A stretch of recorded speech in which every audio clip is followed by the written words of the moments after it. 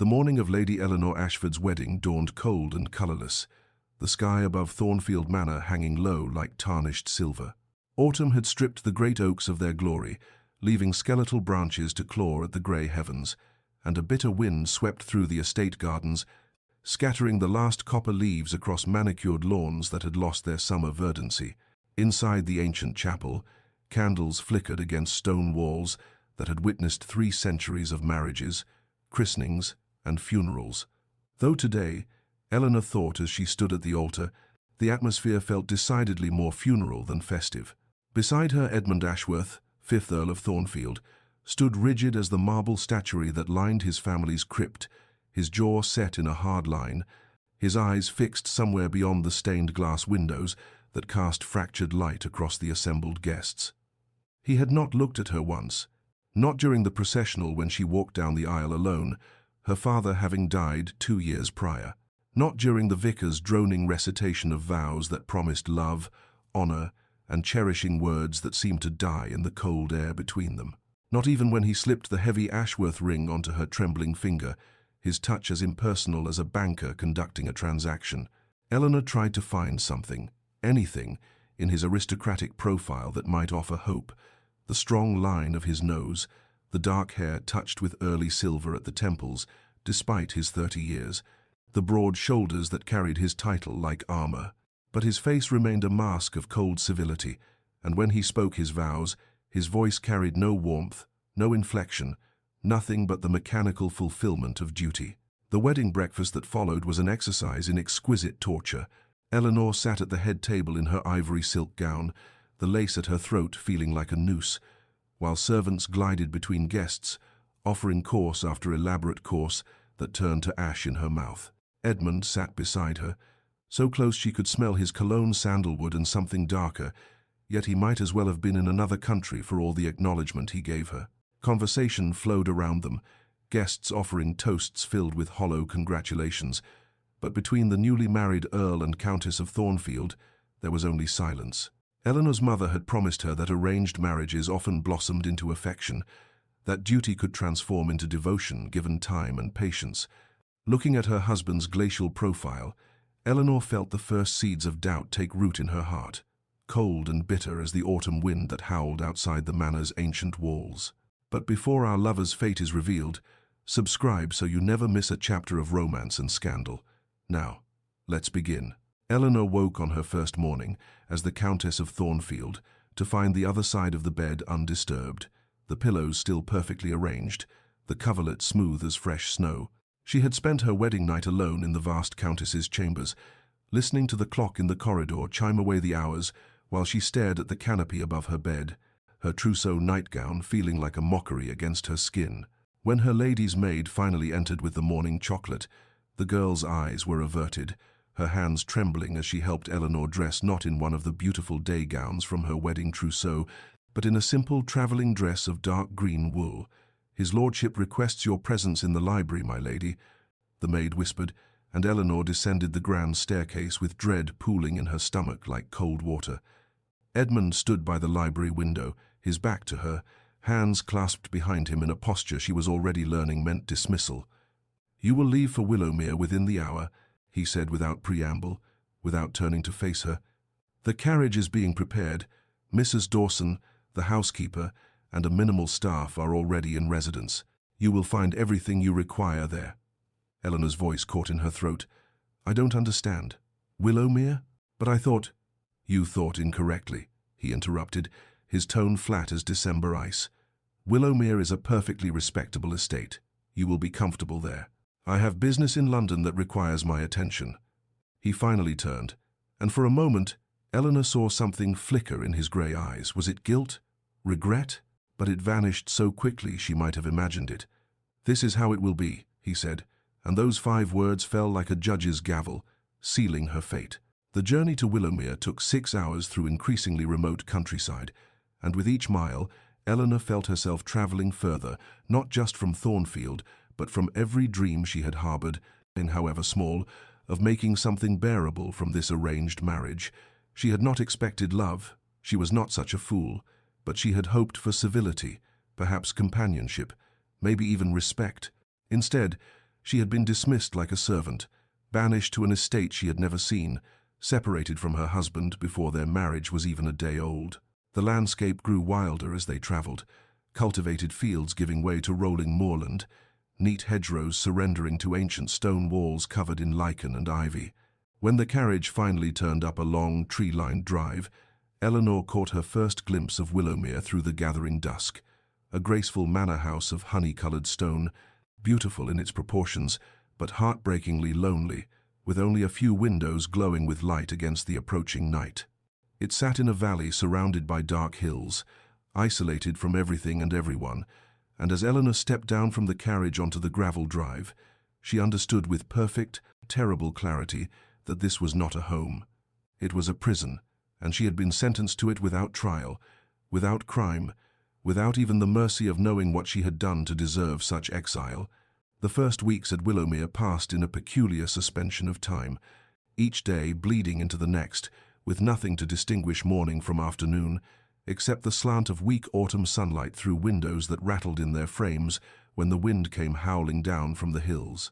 Eleanor discovered that the house, though structurally sound and undeniably beautiful with its high ceilings and elegant proportions, had been essentially abandoned not to ruin, but to a kind of genteel neglect that spoke of years without a mistress's attention. Dust sheets covered furniture in half the rooms, and when she pulled them away, she found exquisite pieces from another era, a pianoforte sadly out of tune, chairs upholstered in faded rose silk, escritoires with broken locks and empty drawers. The gardens were even more melancholy, their bones still visible beneath the chaos of overgrowth box hedges grown wild and shapeless, rose beds choked with weeds, a fountain in the center of what had once been a formal parterre, now dry and filled with fallen leaves that rustled and whispered when she walked past.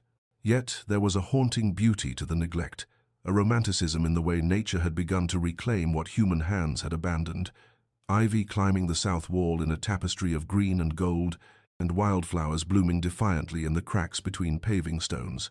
Eleanor walked the grounds daily, her shawl wrapped tight against the autumn chill, trying to exhaust herself enough that she might sleep at night without lying awake, replaying the humiliation of her wedding, the coldness of Edmund's dismissal, the dawning realization that she was utterly, completely alone. The staff consisted of Mrs. Dawson, a woman of perhaps 50 with steel-grey hair and a kind but careworn face, two housemaids who were sisters and spoke in hushed whispers, an elderly groundskeeper named Thomas who tipped his cap but rarely spoke, and a cook who sent up adequate meals that Eleanor ate in solitary silence in the small dining room, unable to bear the echoing emptiness of the grand, formal one. She tried to occupy her days with purpose. She explored the library, finding it surprisingly well stocked with volumes that ranged from agricultural treatises to poetry, and she read voraciously, losing herself in other worlds, other lives, anything to escape the prison of her own thoughts. She attempted to engage Mrs. Dawson in conversation, asking about the house's history, the surrounding countryside, anything to hear another human voice, and the housekeeper responded with careful politeness, revealing little fragments. Yes, the late Countess had loved this house. No, the Earl had not visited in many years, but always maintaining a professional distance that left Eleanor feeling more isolated than before. At night, lying in the Countess's bed in a room that had belonged to Edmund's mother, Eleanor allowed herself to feel the full weight of her situation, married but abandoned, titled but powerless, trapped in a beautiful cage with no understanding of her crime and no hope of pardon.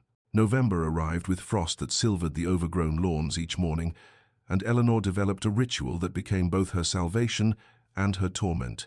She would sit at the escritoire in the morning room, the one that overlooked the walled garden, and write letters to her husband that she would never send. "My lord," they began, formal and proper, though sometimes in her more desperate moments she crossed that out and wrote simply, "Edmund," tasting the intimacy of his Christian name even as she knew she had no right to it. She poured everything onto the pages, her confusion at his coldness, her humiliation at being cast aside, her loneliness in this beautiful prison, her dawning anger that warred with the terrible, shameful hope that he might still come, that he might explain, that there might be some reason for this cruelty beyond simple indifference. The letters accumulated in the bottom drawer of the escritoire, sealed but unaddressed, an archive of pain that no one would ever read.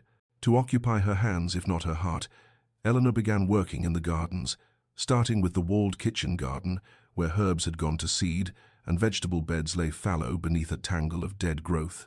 She borrowed Thomas's gloves and tools and spent hours on her knees in the cold earth, pulling weeds and cutting back the chaos, finding something almost meditative in the physical labor, the way her muscles ached and her hands blistered, proof that she still existed, that she could still affect something in this world even if she could not affect her own fate.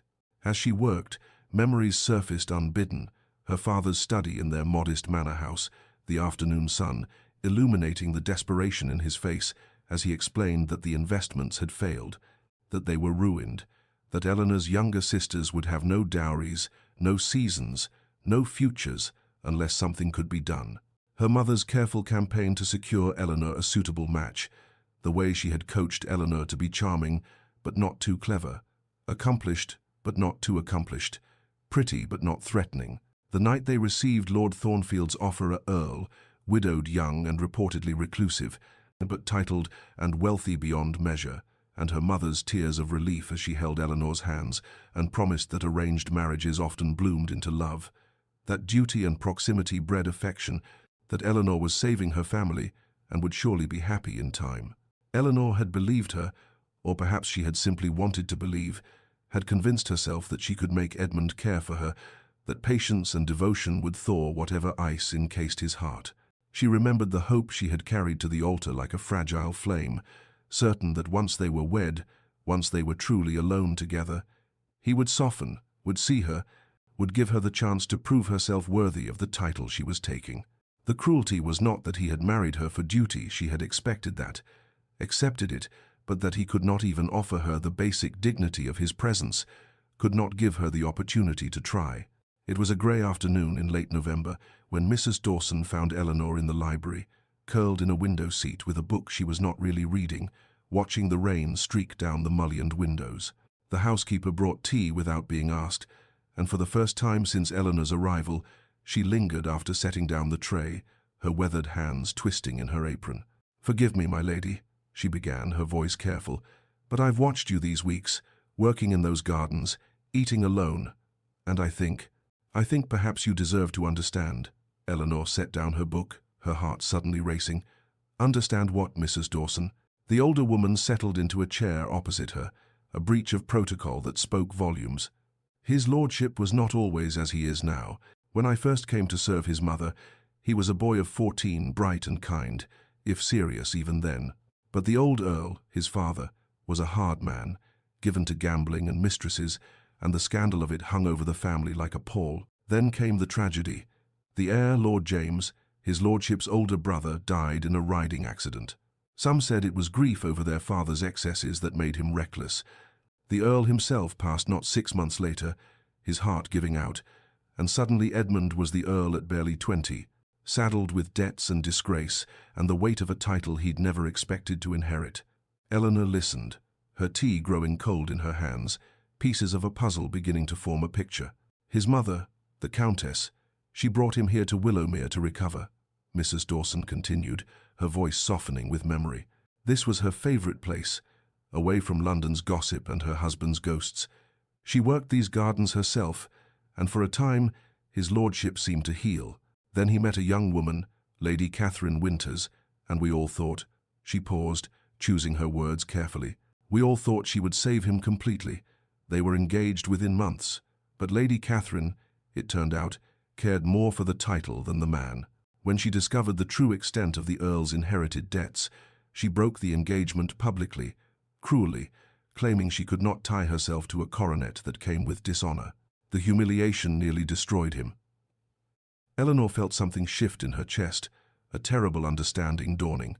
And then his mother died the following winter, Mrs. Dawson said quietly. A fever, swift and merciless. After that, his lordship closed Willowmere and never returned, until he sent you here. The words hung in the air between them, heavy with meaning. Eleanor understood now, understood the walls Edmund had built around his heart, the fear that must have seized him when faced with another arranged marriage, another woman who might want only his title, Another opportunity for betrayal and loss. But understanding did not ease the sting of rejection, did not warm the cold bed she slept in alone, did not fill the echoing emptiness of this house.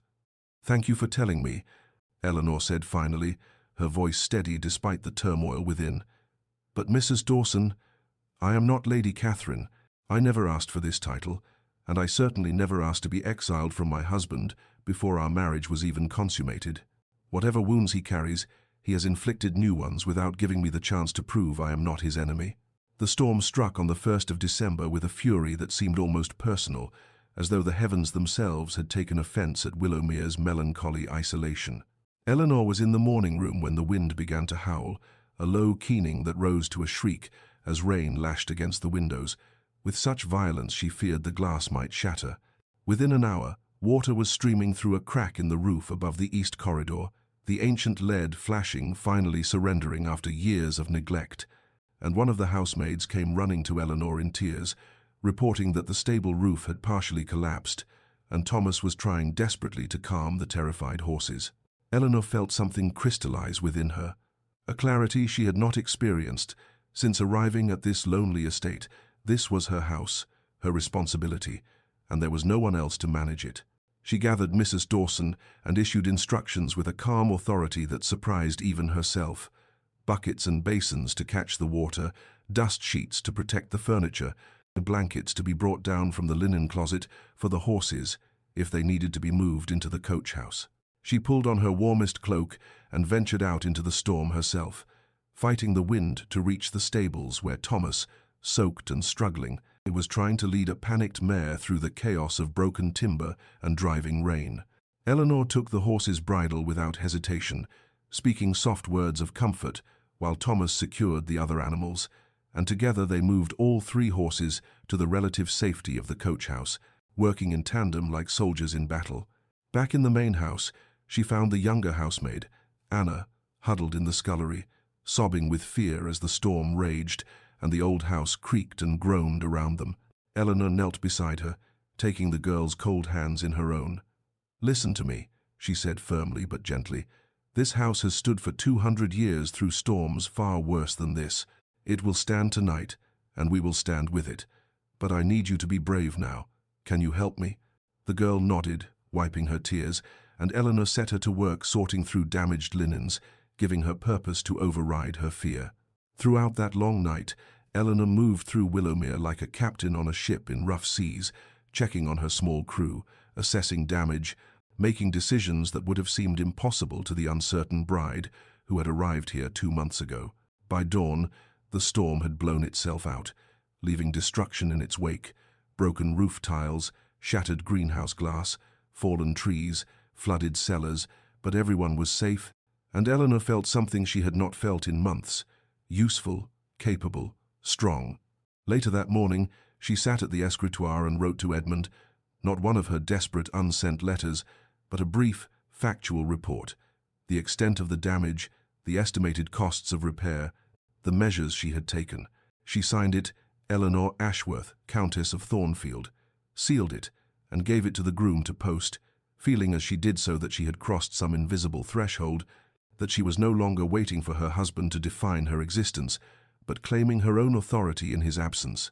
December gave way to the deep cold of January, and something shifted in Eleanor that she could not quite name, but felt in every fiber of her being, a quiet revolution, a turning away from grief toward something that resembled, if not happiness, then at least purpose. She stopped writing the unsent letters to Edmund, stopped checking the drive for carriages that would never come, stopped measuring her days by his absence, and began instead to measure them by what she could build in spite of it.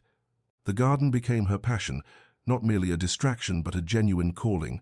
She spent hours poring over the agricultural texts in the library, learning about soil composition and pruning techniques, planning elaborate schemes for the spring planting.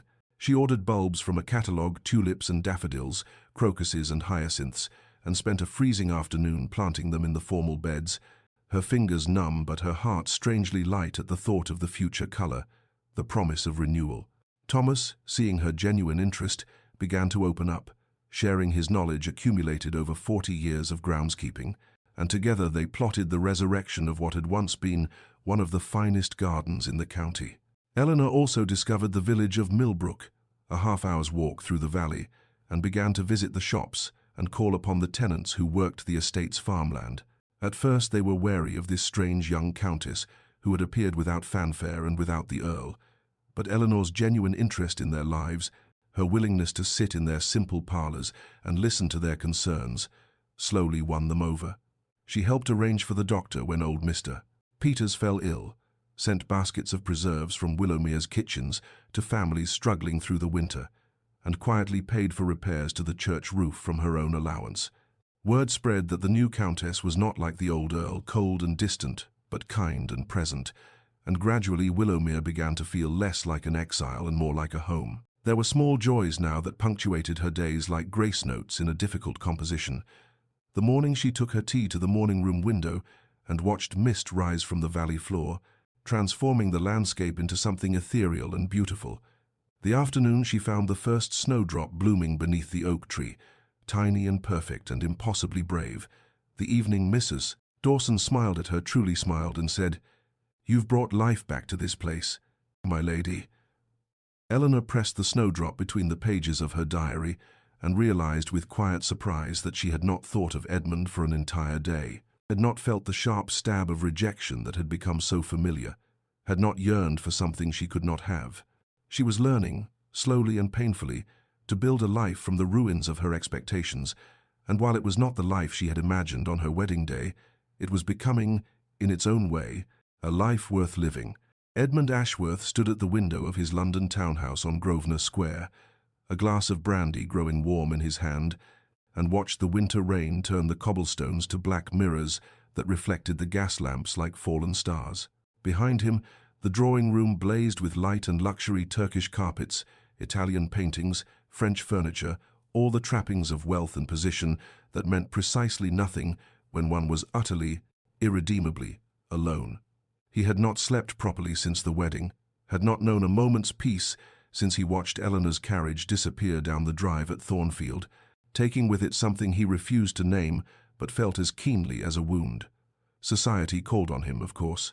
Invitations arrived daily for balls and soirees, musicales and dinners, all eager to welcome the newly married Earl of Thornfield back to London, but he declined them all, unable to bear the questions about his absent countess, unwilling to manufacture lies about her health or her preference for country life. The truth was unspeakable. He had married her and banished her within 12 hours, had looked into her hopeful face at the altar and felt only panic, only the terrible certainty that she was exactly like Catherine, another beautiful woman who wanted his title, his wealth, his position, but not the damaged man who came with them. He told himself he had been wise, that he had protected himself from inevitable betrayal, that it was better to be alone by choice than destroyed by another woman's ambition.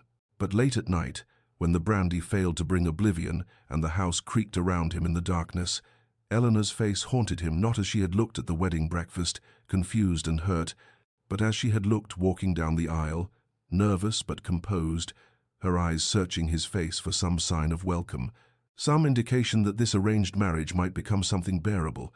He had given her nothing, and the memory of his cruelty ate at him like acid. The flashbacks came unbidden. Catherine's laughter when she told him she could not possibly marry a earl burdened with scandal and debt, the way she had made their broken engagement, the talk of London, painting him as unstable and unsuitable. His mother's death 6 months later, the light going out of her eyes as she whispered that she had hoped to see him happy. The years since then, moving through society like a ghost, his heart encased in ice that he told himself was armor but suspected might be cowardice. When Eleanor's letter arrived, brief, factual, reporting on storm damage at Willowmere, Edmund read it 3 times, searching between the lines for accusation or pleading and finding neither, only competent management and quiet dignity. She had not asked him for anything, had not begged him to visit or explain, had simply informed him of the situation and the steps she had taken to address it. The signature, Eleanor Ashworth, Countess of Thornfield, struck him like a blow, the name she had every right to, but he had never given her the opportunity to claim. For the first time since sending her away, Edmund felt something crack in the frozen fortress of his heart. the terrible, dawning suspicion that he had not protected himself from betrayal, but had instead committed one, that Eleanor was not Catherine, and he had punished an innocent woman for another's sins.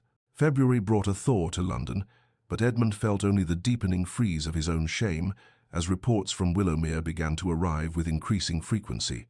First came a letter from Bridgeworth, his steward, and who had visited the estate to assess the storm damage and remained to compile a comprehensive report.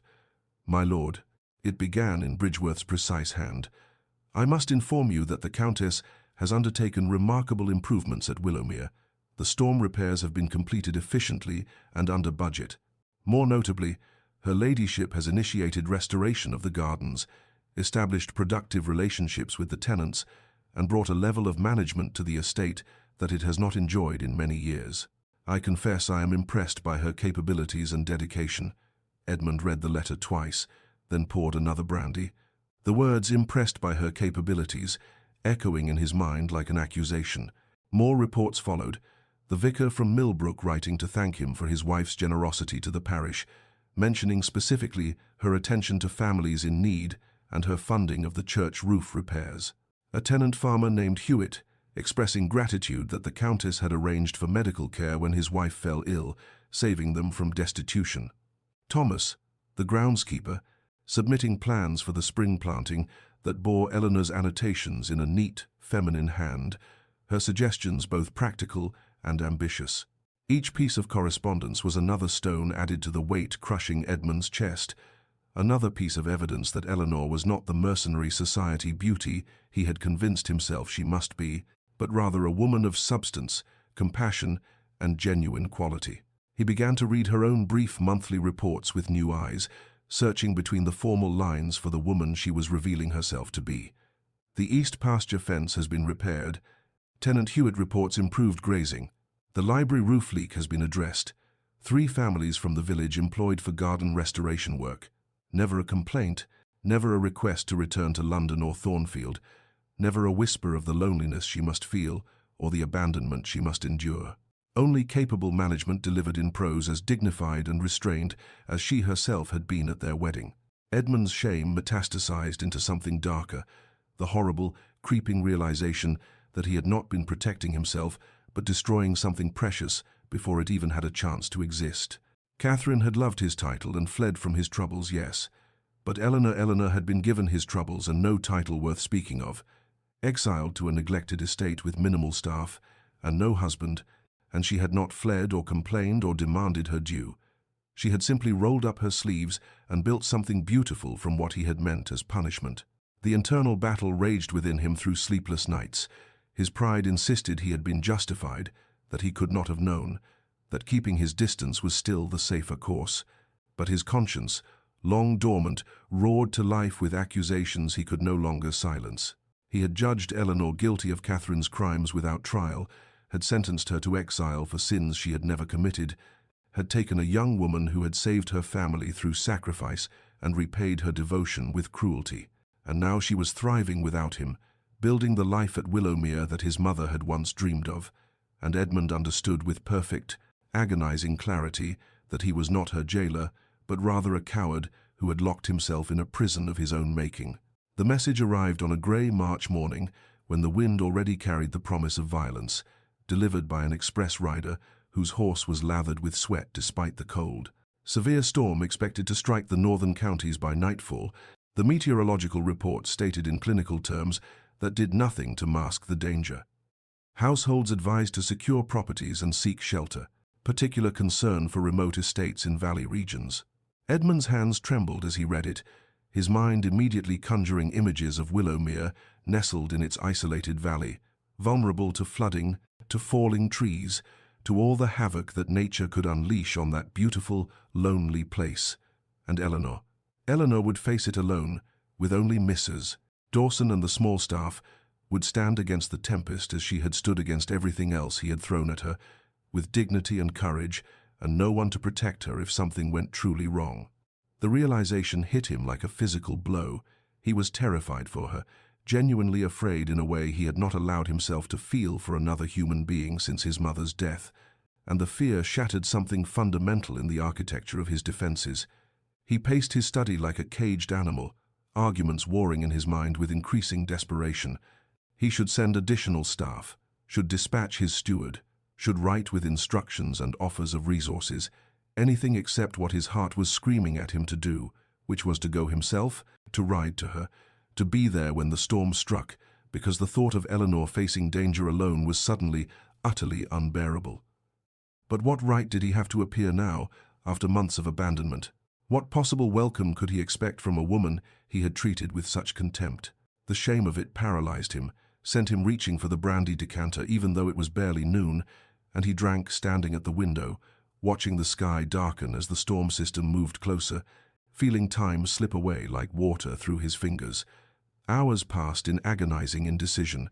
He drafted a dozen letters and burned them all, called for his horse, and then cancelled the order, paced and drank and cursed himself for a coward, while the wind began to howl through London's streets and the first fat drops of rain spattered against the window glass. Finally, as afternoon bled into evening and the storm arrived in earnest, something broke in Edmund, some final barrier between fear and action, between pride and desperate need.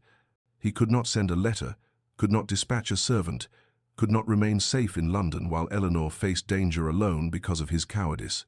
He called for his horse, his fastest stallion, and ordered his valet to pack saddlebags for travel.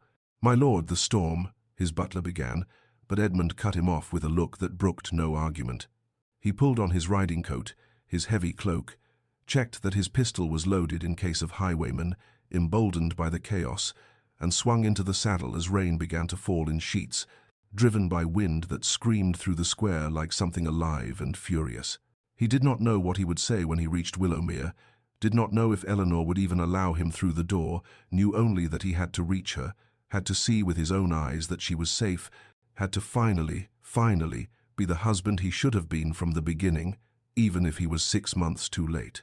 The storm hit with full fury 20 miles outside London, transforming the road into a river of mud that sucked at his horse's hooves and turned every mile into a battle. Rain fell in blinding sheets that made it impossible to see more than a few feet ahead, and the wind howled like all the demons of hell were pursuing him, tearing at his cloak and threatening to unseat him with every gust. Edmund bent low over his stallion's neck, urging the animal forward through conditions that any sane man would have recognized as impossible. But sanity had abandoned him somewhere between London and the realization that Eleanor might be in danger because of his cruelty. The horse, a magnificent black beast that had never failed him, began to labor after the first hour, its sides heaving with effort, and Edmund felt a stab of guilt, even for this, that he was pushing an innocent animal to its limits in service of his own desperate need for redemption. They passed through villages shuttered tight against the storm, not a soul visible in the driving rain, and twice Edmund nearly lost his seat when the horse shied at debris blown across the road by the screaming wind. His clothes were soaked through within minutes, his hands numb on the reins, water running in rivulets down his face and neck, but he pressed on, driven by images he could not banish. Eleanor alone at Willowmere, the house threatened by flooding or fire or any of a dozen disasters that could befall an isolated estate in a storm like this, and no one there to help her, no one to protect her because her husband, the man who had vowed before God to cherish her, had abandoned her to face everything alone. The memories came with the rhythm of the horse's hooves, each one a lash against his conscience, her face at the altar, trying so hard to find something hopeful in his cold expression. The moment he had told her she was leaving for Willowmere, the confusion and hurt that had flashed across her features before she schooled them into dignity, the unsent wedding night that haunted him with visions of what might have been if he had not been such a coward. He had told himself he was protecting his heart, but he saw now with brutal clarity that he had been protecting only his pride, his fear, his pathetic inability to risk being hurt again. Catherine had wounded him, yes, but Eleanor had done nothing except agree to marry him, had saved her family through sacrifice, had accepted an arranged marriage with grace, and he had repaid her with exile and abandonment. By the time Edmund reached the Golden Hart Inn at the halfway point, he was nearly unrecognizable, mud-spattered, soaking wet, his fine clothes clinging to him like rags, his aristocratic bearing dissolved into the desperate determination of a man possessed. The innkeeper barely glanced at him before providing a fresh horse, too concerned with securing his own property against the storm to question the wild-eyed gentleman who pressed coins into his hand and refused food or rest. Edmund remounted despite the innkeeper's warnings, despite the fact that the storm was worsening rather than abating, despite everything rational thought demanded, because rationality had failed him 6 months ago, and instinct, pure, desperate instinct, was all he had left to guide him to Eleanor. Eleanor stood in the entrance hall of Willowmere as afternoon faded toward evening, reviewing her preparations with the calm efficiency of a general before battle. The meteorological warning had arrived that morning via the village constable, and she had immediately set her household into motion with instructions honed by the experience of the December storm and refined by months of managing the estate. The shutters were secured on all the windows facing the prevailing wind. The livestock had been moved to the most protected buildings. The cellars had been cleared of anything that might be damaged by flooding, and emergency supplies, candles, lamp oil, bandages, preserved food had been gathered in the central rooms of the house. Mrs. Dawson moved through the corridors with quiet competence, her earlier reserve toward Eleanor long since transformed into something approaching partnership, while the housemaids checked and double-checked that nothing had been overlooked. Thomas had spent the day securing the gardens as best he could, staking the young plants Eleanor had put in, clearing the drainage channels, and moving tools and equipment under cover. Eleanor had worked alongside them all, her sleeves rolled up, her hair coming loose from its pins, and she felt no shame in it. She was the mistress of this estate, and its welfare was her responsibility, a role she had grown into with something that felt remarkably like pride. She thought of Edmund briefly as she surveyed her preparations, a fleeting consideration without the sharp edge of pain that such thoughts had once carried. He was in London, she supposed, safe in his townhouse on Grosvenor Square, perhaps not even aware that a storm threatened his neglected country estate. There was a time when this would have filled her with bitter resentment, but now she felt only a distant sadness for what might have been, and a strange gratitude for what was. She had built something here in his absence, and had discovered capabilities she never knew she possessed, had found purpose, and even a measure of contentment in the life circumstances had forced upon her. She was not the timid girl who had arrived here 6 months ago, confused and heartbroken. She was the Countess of Thornfield in more than name, and Willowmere was hers in every way that mattered, shaped by her hands and her vision into something beautiful and thriving. As darkness fell and the first gusts of wind began to rattle the shutters, Eleanor gathered her small household in the drawing-room, where a fire blazed against the gathering cold. "We've weathered storms before," she told them, her voice steady and reassuring, "and we'll weather this one. Stay together, stay calm, and remember that this house has stood for 2 centuries. It will stand tonight." The words had barely left her lips when the full fury of the storm struck, wind screaming around the house like something alive and malevolent, rain hammering against the windows with such force that the glass seemed to bow inward, and somewhere in the darkness a tremendous crash announced that something, a tree, a chimney, some piece of the world torn loose, had surrendered to the tempest's rage. The second horse went lame 15 miles from Willowmere, stumbling on the treacherous road and nearly throwing Edmund before he managed to pull the animal to a shuddering stop. He dismounted in the driving rain, his boots sinking into mud up to his ankles, and felt along the horse's foreleg to confirm what he already knew: a pulled tendon, possibly worse, and the beast could carry him no further without risking permanent injury. Edmund stood in the middle of that god-forsaken road, rain pouring down his face, and for a moment the sheer impossibility of what he was attempting threatened to overwhelm him. He was still miles from Eleanor. Night had fallen completely. The storm showed no signs of abating, and he was alone on foot in conditions that could kill a man through exposure alone. Then he thought of her facing this same fury without him, and he started walking, leading the limping horse behind him, his legs burning with effort as he pushed forward through mud that seemed determined to drag him down into the earth. After what felt like hours but was probably less than one, he spotted a light through the darkness, a farmhouse, shuttered against the storm but showing a glow from within that promised warmth and possibly salvation. He pounded on the door until a grizzled farmer opened it, taking in Edmund's disheveled appearance with wide eyes. "I need a horse," Edmund said without preamble, his voice hoarse from shouting over the wind. "I'll pay whatever you ask. My wife is at Willowmere, and I have to reach her." Something in his face, or perhaps in the desperation of his words, moved the farmer to agree, and within minutes Edmund was mounted on a sturdy farm horse, pressing more money into the man's hands than the animal was worth, and plunging back into the storm.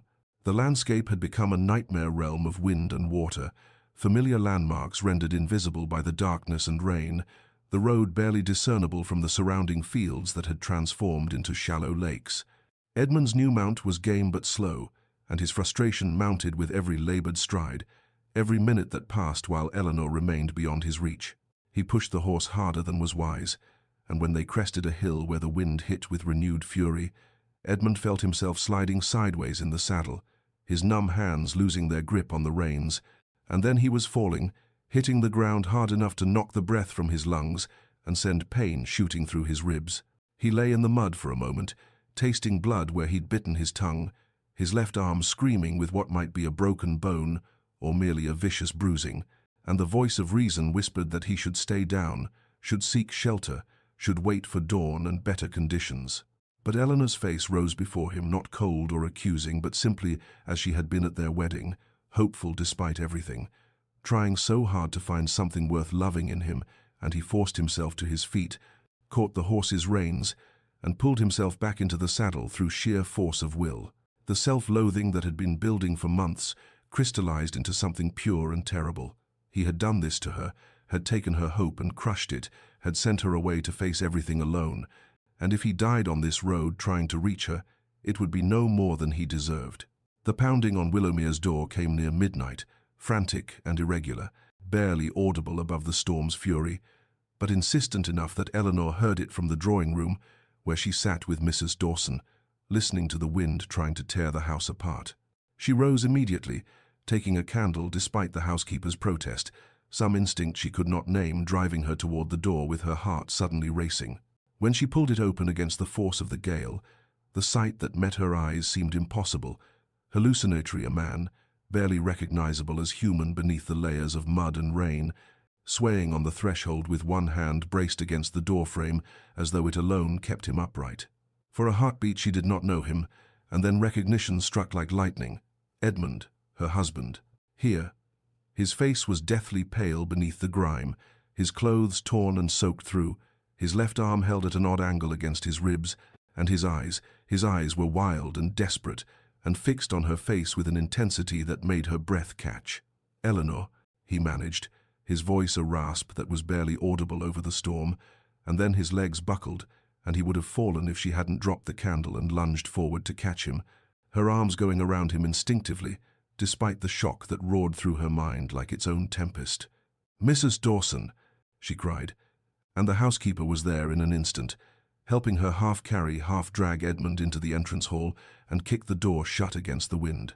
They lowered him into a chair, and Eleanor found herself kneeling before her husband, her hands trembling as she pushed the wet hair back from his forehead, checking for fever, for signs of serious injury, beyond the obvious exhaustion and exposure.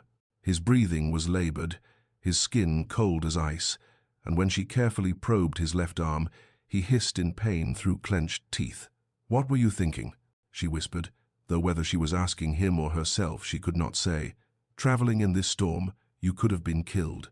But the words died as Edmund's hand suddenly caught hers, his grip weak but desperate, and he looked at her with such raw emotion that her anger and confusion evaporated like mist. "Had to reach you," he managed.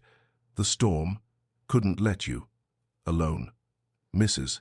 Dawson brought blankets, hot water, bandages, and Eleanor worked with hands that had grown steady through months of managing crises, stripping away Edmund's ruined coat and shirt to reveal bruised ribs and the arm that was swelling but mercifully not broken.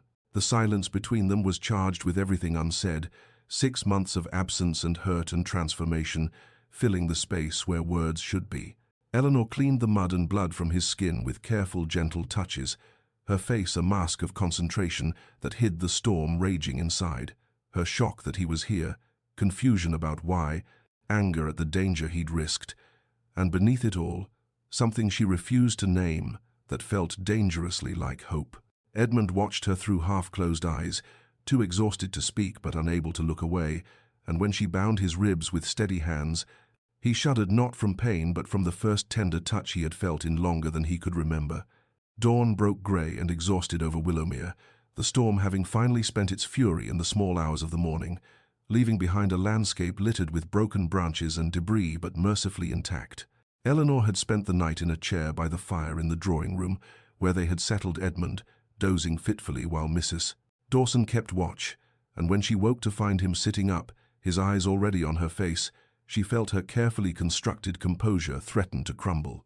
He looked terrible in the morning, light bruised, pale, his arm bound and his ribs wrapped, but there was something different in his expression, a rawness that had not been there on their wedding day, as though the storm had stripped away more than just his fine clothes and aristocratic bearing.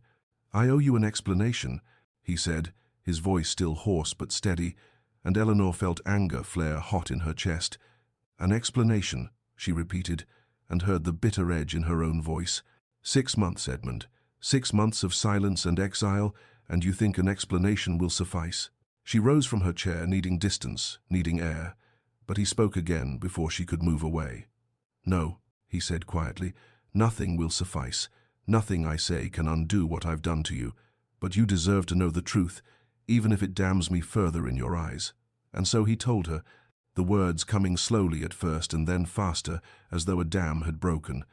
About Catherine Winters, about the engagement and the public betrayal, about his conviction that all women of society wanted only titles and wealth, and would abandon him the moment they discovered the cost of his name. He told her about his mother's death, about closing Willowmere because he could not bear the memories, about the years of isolation he had wrapped around himself like armor. And then, with his voice breaking, he told her about their wedding day, how he had looked at her and seen only Catherine, how fear had masqueraded as wisdom, how he had convinced himself he was being prudent when he was actually being cruel. "I punished you for her sins," he said, and there were tears on his face now, shameless and raw. "I looked at you and saw a threat instead of a person, a schemer instead of the innocent young woman you were. I told myself I was protecting my heart, but Eleanor—" He stopped, struggling for words. "I was just a coward, and you have suffered for my cowardice every day since." Eleanor stood frozen, her emotions, a tangle she could not begin to sort, anger that he had judged her so unjustly, grief for the months of loneliness she had endured, exhaustion at the weight of carrying this marriage alone, and beneath it all, a reluctant understanding of the wounds that had driven him. "You had no right," she said finally, her voice shaking. "Whatever Catherine did to you, whatever pain you carried, you had no right to assume I was the same. You didn't even try to know me, Edmund. You married me and discarded me in the same breath, and I have spent 6 months building a life from the ruins you left me." She saw him flinch at her words but pressed on. "I don't know what you want from me now. Forgiveness? Absolution? I can't give you those things, not yet, perhaps not ever. You rode through a storm to reach me, and that means something, but it doesn't erase the storm you created in my life." Edmund did not leave.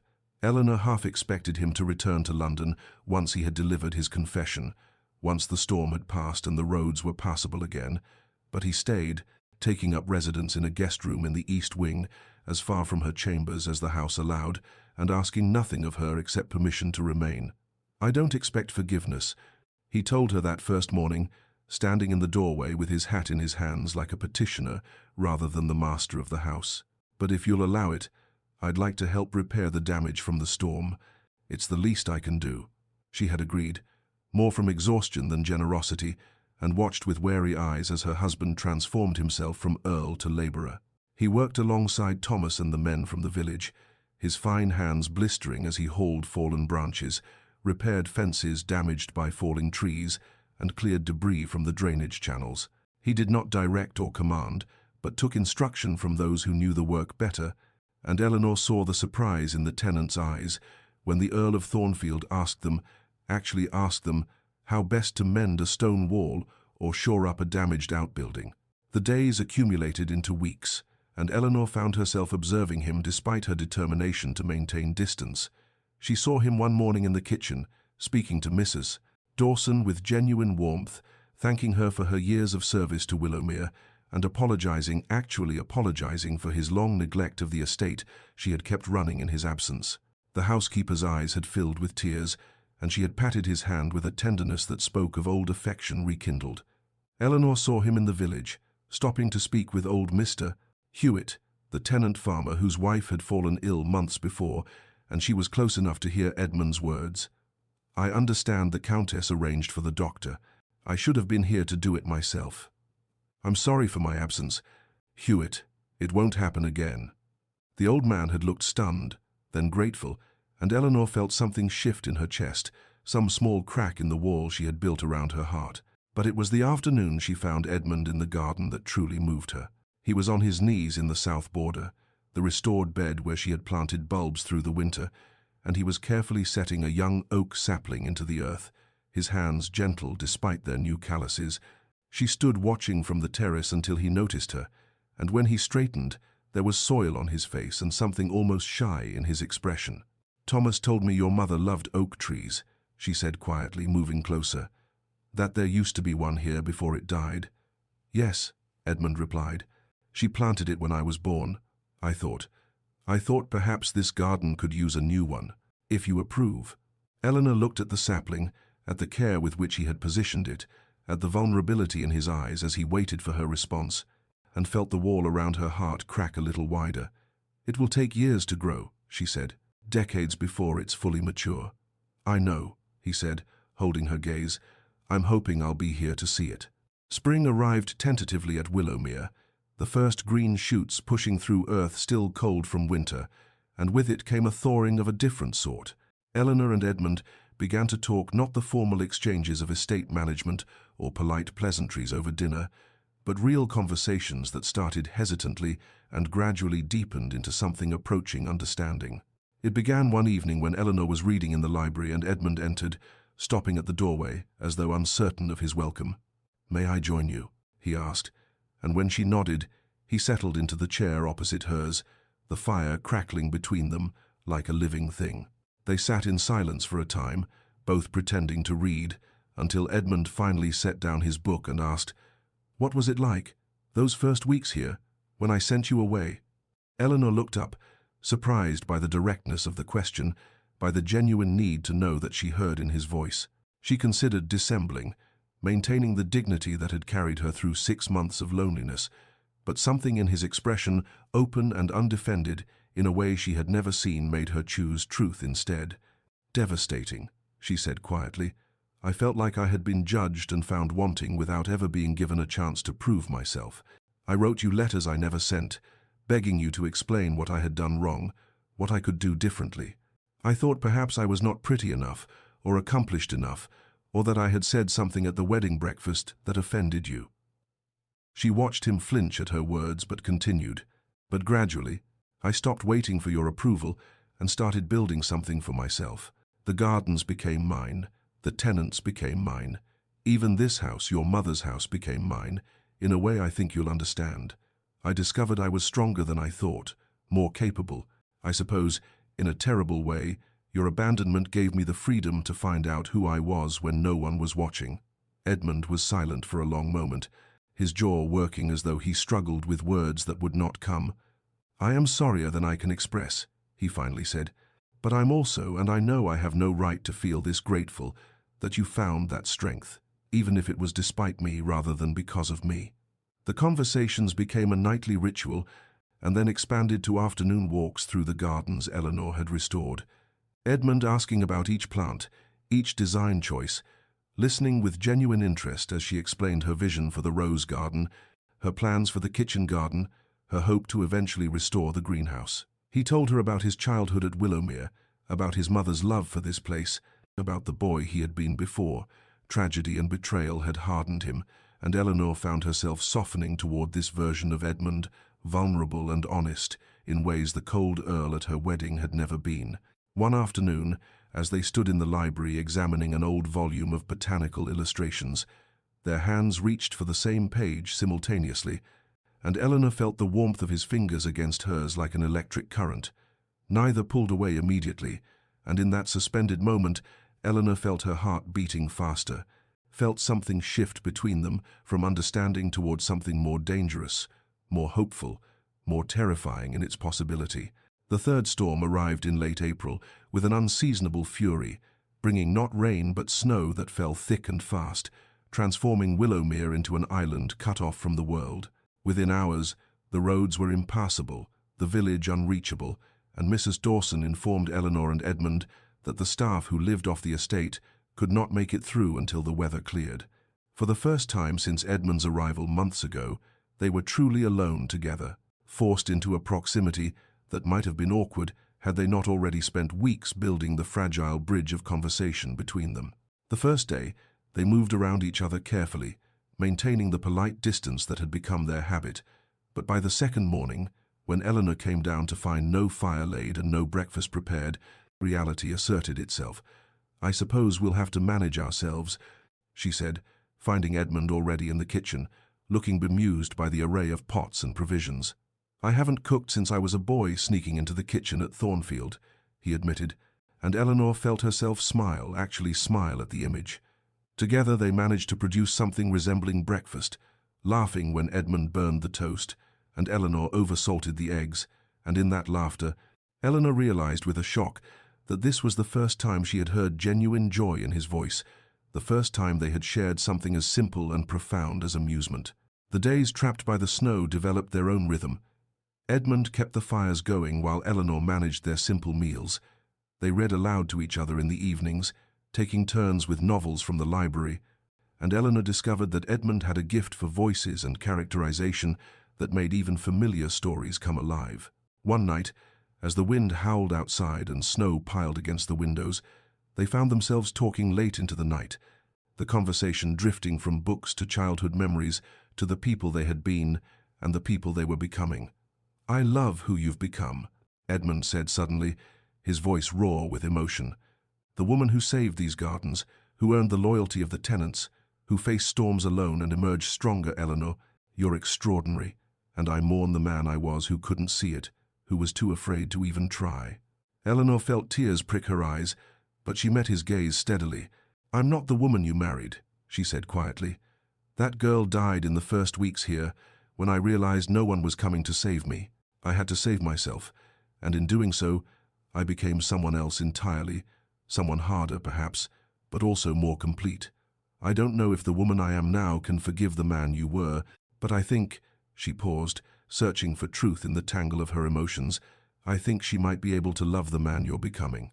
The words hung between them like a promise, fragile and precious, and when Edmund reached across the space between their chairs to take her hand, Eleanor let him, feeling the warmth of his touch anchor them both against the storm that raged outside and the hope that bloomed, tentative but real, within.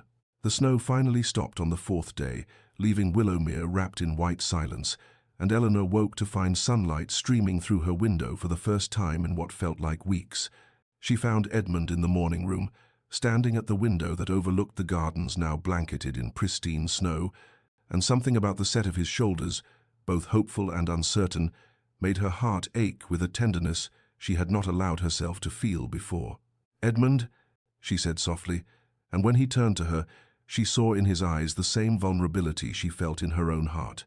"I've been thinking about what you said, about loving who I've become, and I realized something. I can't go back to being the girl who walked down the aisle 6 months ago, hoping to please a husband who wouldn't even look at her. That girl is gone." She watched him start to speak, to apologize again, but she held up her hand. "Let me finish. I can't be her again, and I don't think you can be the man who sent her away. We're different people now, shaped by pain and separation and the work of becoming better than we were, so I've decided." She took a breath, feeling as though she stood on the edge of something vast and terrifying. "I've decided I want to try, not to reclaim what we should have been, but to build something new, something real, if you're willing." Edmund crossed the room in 3 strides, stopping just close enough that she could feel the warmth of him, see the emotion naked on his face. "Eleanor," he breathed, and her name in his mouth sounded like a prayer, like absolution, like everything she had not known she needed to hear.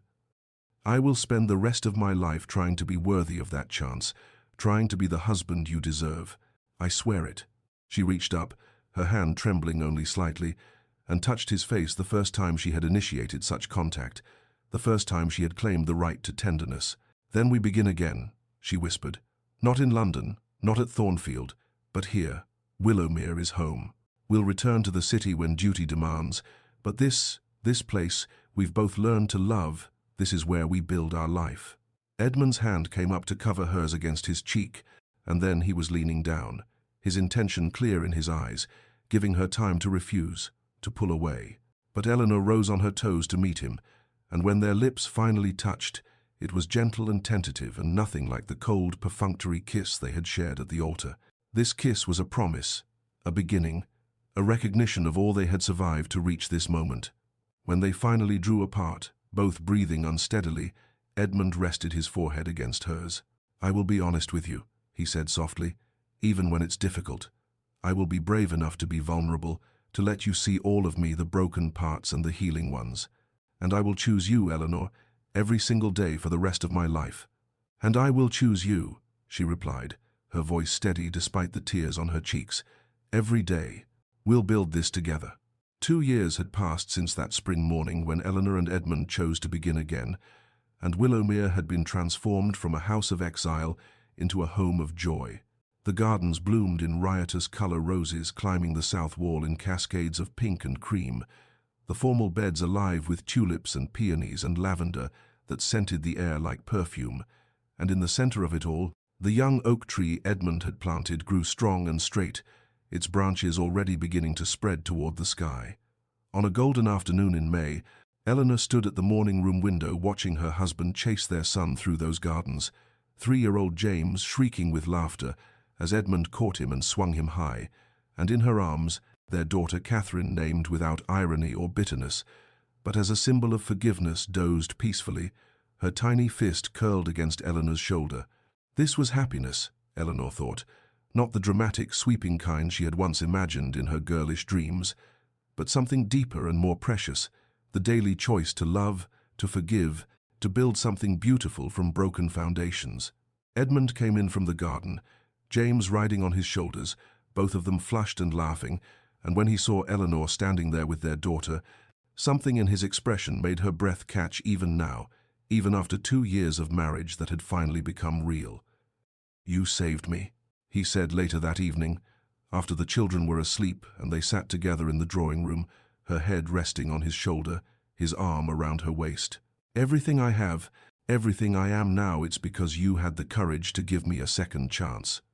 Eleanor lifted her head to look at him, seeing the man he had become, still capable of melancholy, still carrying scars from his past, but open now, vulnerable, brave enough to love without armor. "No," she said gently, reaching up to touch his face. "We saved each other. You gave me the space to discover my strength, even if you didn't mean to, and I gave you the forgiveness you needed to become the man you were always meant to be. We built this together, Edmund. Every hard conversation, every moment of choosing trust over fear, every day we decided to try, that's what saved us both." Dear listener, perhaps you wonder why I tell you this story of a cold wedding and a long redemption. It is because transformation is rarely instantaneous, rarely easy, and never without cost. Love, true love, requires the patience to wait for walls to crumble, the courage to be vulnerable when every instinct screams for self-protection, and the wisdom to understand that we are all carrying wounds that shape how we see the world. Edmund punished Eleanor for another woman's sins, yes, but how many of us do the same, letting past hurts dictate present choices, building prisons we call protection?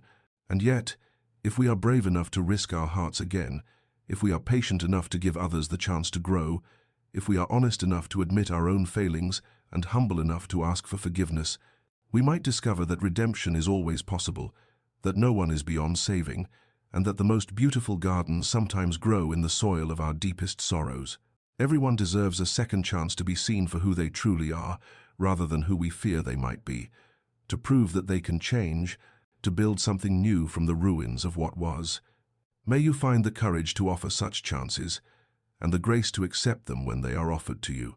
May you sleep well tonight, knowing that transformation is always possible, that love can bloom even in the coldest soil, and that sometimes the longest journey is the one from fear to trust. Rest now, and dream of gardens waiting to be planted, of storms weathered together, of love that is earned rather than assumed, and of all the beautiful things that patience and courage can create. Until we meet again in another tale, may peace find you where you are.